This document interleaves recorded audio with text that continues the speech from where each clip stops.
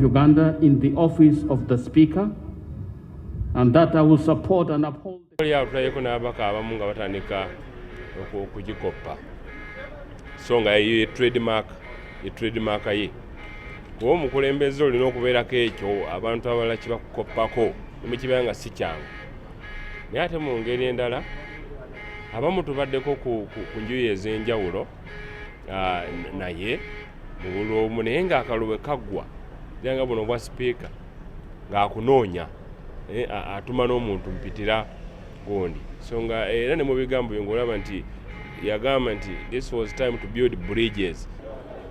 We have lost an icon. We have lost a gallant son for Uganda. Oulanyah is not only the son to the Acholi. Oulanyah is the son to Uganda. Oulanyah is the icon for Africa. Oulanyah is the icon for the world.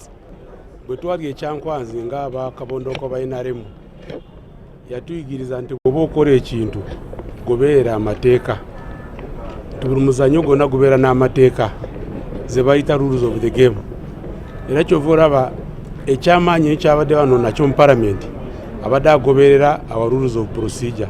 Yampa abamu ku bastaafu be ku mirundi ng'ebiri gye nagendayo nga ŋŋamba ono ajja kugayidinga okubanga osobola okwanjula issues zo obulungi ku fulo ya palamenti. So yali ayagala tubeere nga twanjula ensonga nga tumaze okola research nga tumaze okufuna information mbujjuvu ekwatagana ku nsonga eyo gy'obanga obanga oyanjula ku fulo.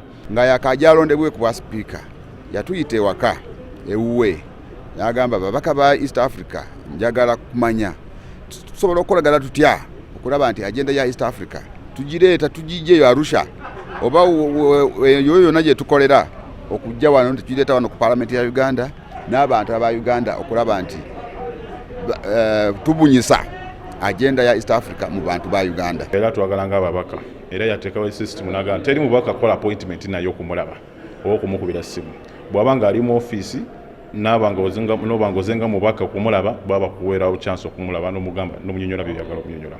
Ekyokusatu yali sipiika akuuma obudde bwakugamba ssaawa nnya ziba ssaawa nnya.